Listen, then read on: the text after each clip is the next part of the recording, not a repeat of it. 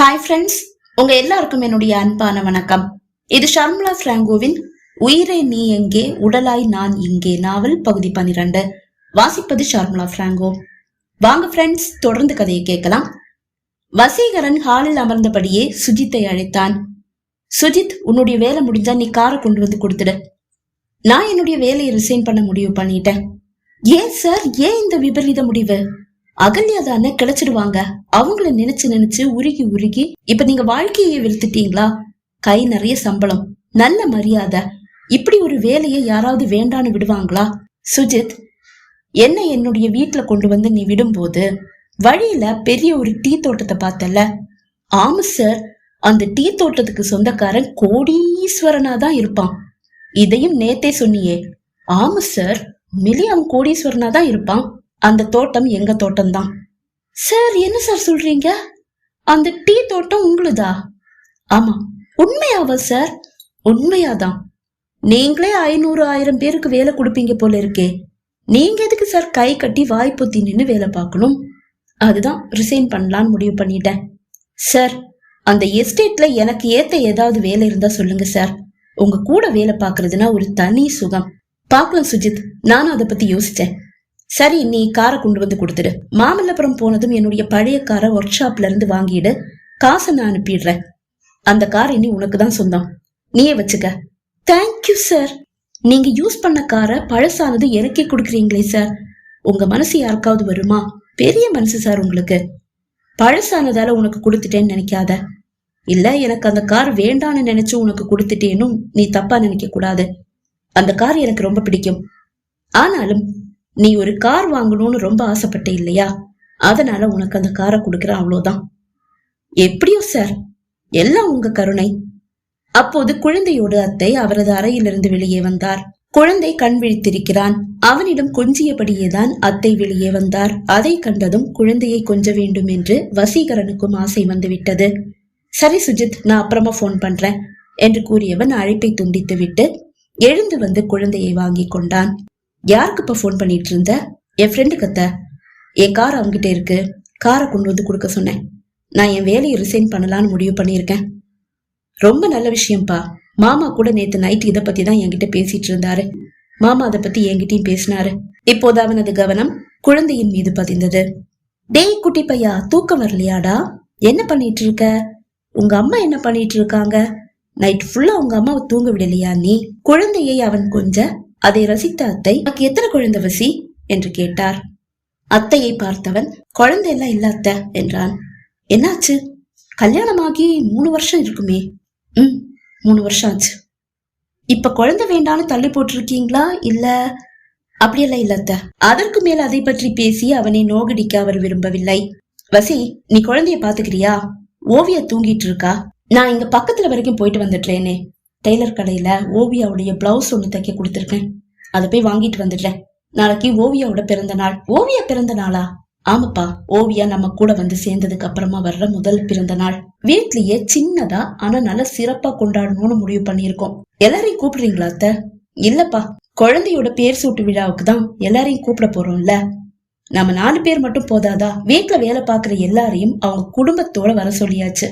வீட்டை அவங்களே அலங்காரம் பண்றதா சொல்லிட்டாங்க. இன்னும் கொஞ்ச நேரத்துல வந்து வீட்டை அலங்காரம் பண்ண ஆரம்பிச்சிடுவாங்க. அது போதாதா? பேசிக்கொண்டிருக்கும் போதே வேலையாட்களில் சிலர் வண்ண காகிதங்களோடு வந்தனர். அம்மா, அலங்காரத்தை ஆரம்பிச்சிடவா?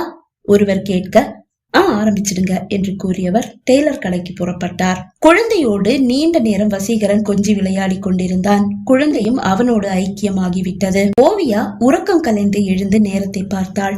ஐயோ, 2 மணி நேரமாவா நான் தூங்கிட்டு இருக்கேன்? ஜீவன் அழுவானே. துள்ளி எழுந்தவள் தலைமுடியை சரி செய்து விட்டு அறையிலிருந்து வெளியே வந்தாள். குழந்தையோடு கொஞ்சி விளையாடும் வசீகரனையும் அவனோடு ஐக்கியமாகிவிட்ட குழந்தையும் கண்டு வியந்தவள், இவன் இன்னும் அழலையா என்று கேட்டாள். அவளது குரல், அது அவனை ஏதோ செய்கிறது. அகல்யாவின் குரலேதான், எந்த மாற்றமும் இல்லை. தலையை உயர்த்தி அவளை பார்த்தவன், இல்ல, அலப்பாவும் பசிக்கும், வந்து எடுத்துட்டு போங்க என்றான். அவனது குரல் ஓவியாவையும் ஏதோ செய்தது. வசீகரனின் அதே குரல். குழந்தையோடு அவன் எழுந்து நிற்க அவன் அருகில் வந்தவள் குழந்தையை வாங்கும் போது அவனிடம் இருந்து வந்த அந்த பெர்ஃபியூம் வாசனை வசீகரனை நினைவுபடுத்தியது. அது மட்டுமல்ல, அவளுக்கு இன்னொரு வியப்பும் கூட. குட்டையாக இருப்பதாக கூறிய வசீகரனின் அருகில் நிற்கும் போது கூட இந்த அளவு உயரத்தை அவள் உணர்ந்ததுண்டு. அவன் தோளில் மார்பில் எல்லாம் சாய்ந்திருக்கிறாள் அல்லவா? குழந்தையை வாங்கும் போது தெரியாமல் அவன் மார்பில் அவள் கரம் உரச அந்த நொடி தன் வசீகரனை அவனிடம் உணர்ந்தவள் நடுங்கி போனாள். சட்டென்று அவள் கையை இழுத்து கொள்ள நழுவிய குழந்தையை கீழே விழாமல் பிடித்து கொண்ட வசீகரன் குழந்தையை மார்போடு சேர்த்து அணைத்தபடியே அவளை அதிர்ச்சியோடு பார்த்தான். இது அகல்யாவேதான். அவன் மனம் உறக்க கூறியது. அவளும் தன்னை உணர்கிறாளோ, அதனால்தான் கையை இழுத்து கொண்டாளோ? ஆனாலும் அதை உறுதிப்படுத்தாமல் எப்படி இது அகல்யா என்று கூற முடியும்? என்னாச்சு? அவன் கேள்வியில் சந்தேகம். இல்ல, கை சுளுக்கிக்குச்சு என்றவள் குழந்தையை அவனிடமிருந்து வாங்கி கொண்டு அறைக்குள் சென்று மறைந்தாள். வசீகரனின் விழிகள் அவள் அறை மீது நிலைத்து நின்று விட்டது. என்னுடைய சந்தேகம் சரினா, நீ என்னுடைய அகல்யாவேதான். ஆக்சிடென்ட்ல உன்னுடைய முகம் சிதைஞ்சிருக்கணும். பிளாஸ்டிக் சர்ஜரி பண்ணதால உன் முகம் இப்படி மாறி இருக்கணும். அதே மாதிரி கண் பார்வை. 2 வருஷம் நான் ட்ரீட்மெண்ட் உனக்கு கொடுத்தேன். அந்த விஷயத்தை நீ அத்தை மாமா கிட்ட சொல்லியிருக்கலாம். உனக்கு ஆபரேஷன் நடந்திருக்கலாம், கண் பார்வை வந்திருக்கலாம், இல்ல யாராவது கண்தானம் பண்ணியிருக்கலாம். நீ இப்போ என் அத்தை மாமா கூட வந்து சேர்ந்ததுக்கு அப்புறமா தான் உன் பேரு ஓவியா. அதுக்கு முன்னாடியே உனக்கு வேறொரு பேர் இருந்திருக்கும். அந்த பேர் அகல்யான கூட இருக்கலாம். நீ அத்தை மாமா பொண்ணானதாலதான் காவியா சாயலும் உன்கிட்ட இருந்திருக்கு.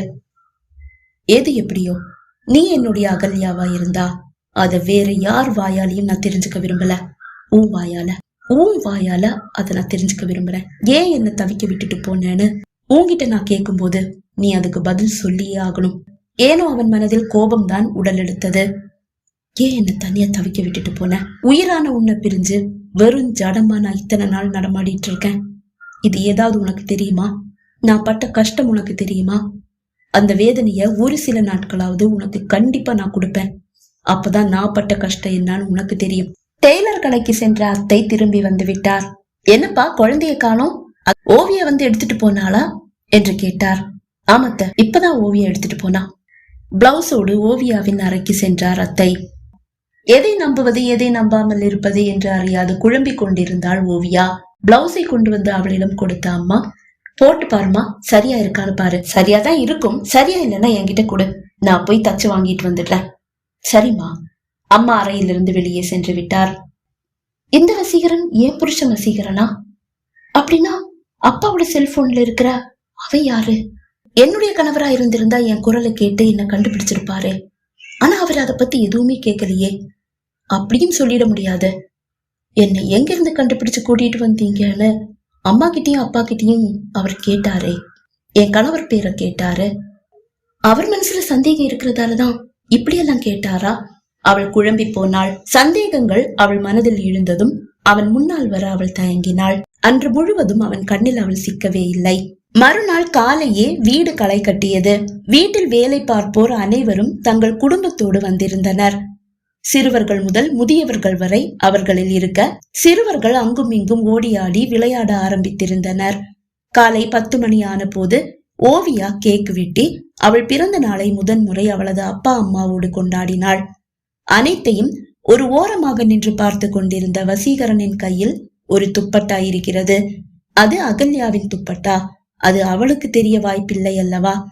ஓகே, கேக் வெட்டி முடிஞ்சாச்சுல, இனி ஒரு சின்ன விளையாட்டு என்றவன், இந்த துப்பட்டாவை நான் யாராவது ஒருத்தருடைய கண்ணுல கட்டி விட்டுடுவேன். அவங்க முன்னாடி யாராவது ஒருத்தரை கொண்டு வந்து நிப்பாட்டுவேன். அவங்கள தொட்டு பார்த்தோ, இல்ல அவங்க கிட்ட இருந்து வர்ற பெர்ஃப்யூம் வாசனைய வச்சோ, இல்ல ஏதாவது வாசனைய வச்சோ அது யாருன்னு கரெக்டா கண்டுபிடிக்கணும். அப்படி கண்டுபிடிக்கிறவங்களுக்கு ஒரு அழகான பரிசுண்டு. அப்புறம் ஒரு பின் குறிப்பு, முன்னாடி வந்து நிக்கிறவங்கள கண்டுபிடிக்க முடியாட்டி அவங்கள பத்தின 3 க்ளூவும் கொடுக்கப்படும். அதை வச்சு நீங்க சரியா கண்டுபிடிச்சிடணும் என்று கூறியவன் முதலில் துப்பட்டாவை ஒரு சிறுவனுக்கு கட்டிவிட்டான். அவன் முன் அவனது மாமாவை கொண்டு வந்து நிறுத்தினான். சிறுவனால் கண்டுபிடிக்க முடியவில்லை. 3 க்ளூவும் கொடுக்கப்பட்டது. ஆனாலும் சிறுவனால் கண்டுபிடிக்க முடியவில்லை.